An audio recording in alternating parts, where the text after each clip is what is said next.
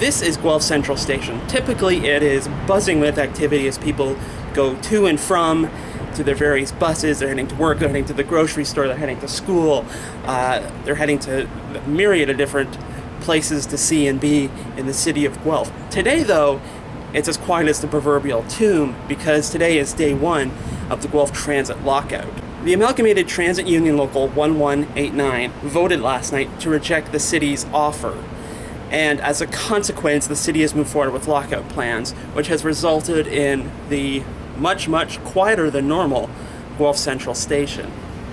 Now, I headed up to City Hall, where a number of transit union workers have gathered to protest the city's, what they say, draconian response to their negotiations with the city of Guelph. I talked to one of the drivers, who is a kind of spokesperson for the union workers there, as well as Andrew Clearly, who arrived shortly thereafter to support the union workers and to talk to the gathered media about what his expectations are and the union's point of view in terms of the situation with this lockout.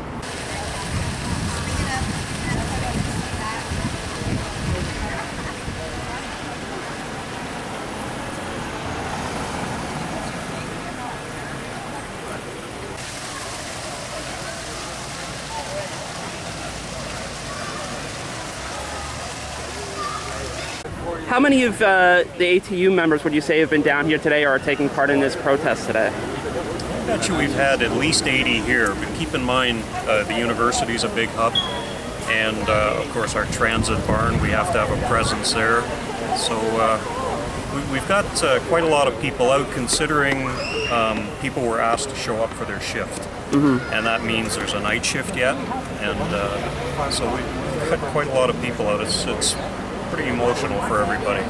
We're upset. It's a needless lockout. Well, there's a lot of confusion in terms of, because of the nature of the negotiations, what the city was offering, what the union was expecting. Can you say anything at all about, in terms of, as a union member, what you were hoping to get out of the new contract, or what the city didn't offer you? Well, basically, it's about the way we're treated. I could go into detail, but the language is very loose, and it can be interpreted in a very loose manner, and that just can't fly, because we could have vacation time taken away. I play hockey. If I break my leg and I'm off for half a year, they could say I'm the author of my own fate, and that's not an approved absence, and they're going to take half of my vacation pay away because I missed half the year. So that, in my case, that's 3.5 weeks. That's $3,600 I'm penalized, whereas under the last contract I wasn't. Sick days we fight with. We're allowed 5 sick days. You take a sick day if you have something that isn't requiring to go to the doctor, a stomach upset. You don't get paid your sick day without a doctor's note. One of our negotiators actually was sick in that context, and then had to go to a doctor for a note. Because it's a third-party referral, the employer's asking for the note. The doctor would be committing OHIP fraud if he billed OHIP for that appointment, because the appointment's sole purpose is to get a doctor's note. It's things like that. Our supervisory staff, with a couple of exceptions, has maybe 2 to 4 years experience. Basically, they couldn't handle driving a bus, and that's why they became inspectors. So it's not easy leading people, especially a transit workforce. And you've got very new, young people, and they're getting bad advice from their superiors, and it's draconian. Remember when we had our runs changed 2 years ago? The mayor was upset on Saturday with the boisterous response from our members. She would have been a bus driver facing the angry public for 2 years. Like, we had people assaulted, yelled at, verbally assaulted, threatened. I don't know how she would have coped if she couldn't handle that. It's a hypocrisy. We're out there at the broken end of a bottle, and they're behind guards and locked doors here. And it's the same with transit. It's a lockdown facility. So it's basically the way we're treated. It's not the money. If there's something you could say to people who normally take the bus and were forced to walk or find another way this morning, what would you say to them?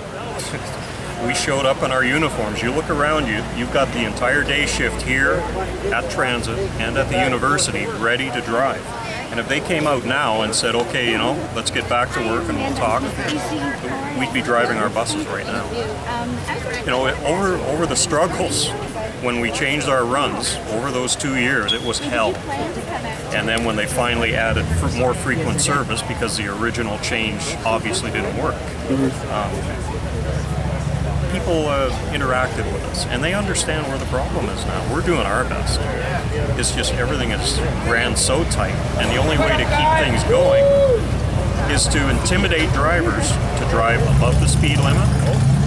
The ones that are following the law, they have inspectors riding with them. They have inspectors coming to them and saying, you've got to pick it up, because everybody else can do it. That's something the union doesn't do, is police its own drivers. Like, we're not going to find out who's speeding to make everybody else look bad. It's all kinds of issues like that. It's not the contract, it's the way we're treated. And it's the language. The language has to be precise in a contract. Otherwise, you have inexperienced supervisors deciding at their discretion how things are going to be. And if the wording is that loose, you have no recourse with grievance or arbitration, because it will get thrown out if it's that loose. If you could say, from your point of view, if there was sort of one thing that you could get out of a new contract, just one thing, what's the most important thing for you? The city seems to have an aversion to honoring contracts. We see in City Hall here, Urbicon, they were fired because of, I believe, 38 work changes that the city imposed. 2 of them were a special floor for the computer room, and then this limestone wall that we're looking at here. That takes a lot of labor to refurbish that stuff. It's a big work change.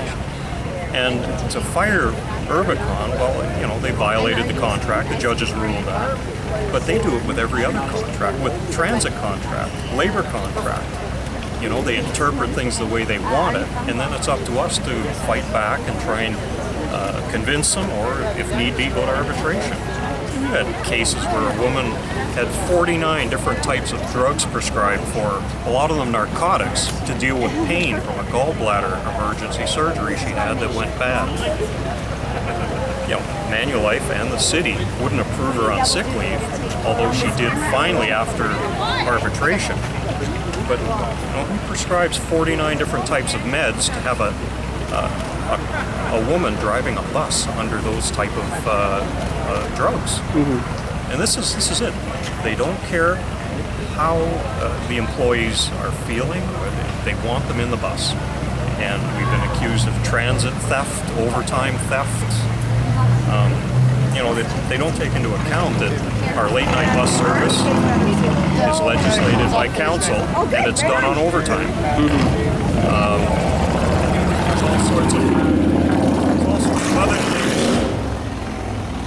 like stat holidays. That's all paid on overtime. So it's just the way we're treated. We can probably walk away with no money, but just get a fair contract and get an assurance that they're going to abide by their word. I'm not kidding when I say our labor contract they don't honor, all the way up to a big project like City Hall. Thanks for coming to work today, brother. Sister, thanks for coming to work today. So I guess the first big question is, what the heck happened? Everybody thought that it was going to be business as usual after last Monday. Yeah, we were hoping so. The membership has rejected their offer overwhelmingly. Not much change from the final offer, Adam. Not much change? Very little. Can you talk a little bit about what maybe the expectation was for the union in getting this new deal? Again, it was more about the respect of seeing the non-erosion of language. Mm-hmm. So it was one of the other workers here said it was too vague, not specific enough in terms of different conditions. Yeah. Each article that speaks to a different condition has like an underlying meaning, and we think, right, with regards to some of the thing. I'm not prepared to discuss it in the press at this time, but I am prepared to discuss it with the City of Guelph. Has the City of Guelph set any conditions yet in terms of what it would take to end the lockout and get back to the negotiating table? Nothing? No, like I said in my last interview, that the City of Guelph last night's chief negotiator left it very vague again. Have a good night, we'll speak in the morning, only to lock me out in the next breath. They lock the citizens of Guelph out, lock the transit union away from their job. So as of 5 after 1, there's still no work, is what you're saying? Exactly. I keep checking my phone though. Hey, I wishful thinking. Sure. In terms of expectations, what would it take for you guys to talk to the city again? Just from your end, what are you expecting them to come back with to get you Our back? expectations are reasonable. Can you go into detail? We have reasonable expectations, Adam, with regards to what we expect to be bargained at a table, and not in the media, and not in the in the political arena of the mayor and the council. This is something that should have been done 9 months ago, right? Bargaining, I've been around for about 15 years. I've been through several bargainings, and it takes months. It doesn't take 9 months plus. A lot of people are feeling like there's maybe some politics involved in this. It's an election year. Transit, it's unfortunately not like the garbage collectors in the police department, or not, like would be felt citywide. We're talking about 14,000 people out of a city of 120,000 people. Do you think you guys are being politicized?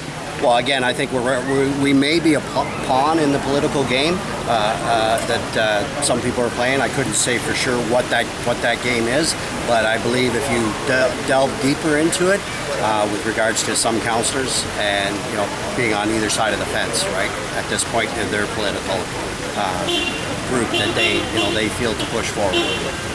What's your message to both the city and to the people who take Guelph Transit?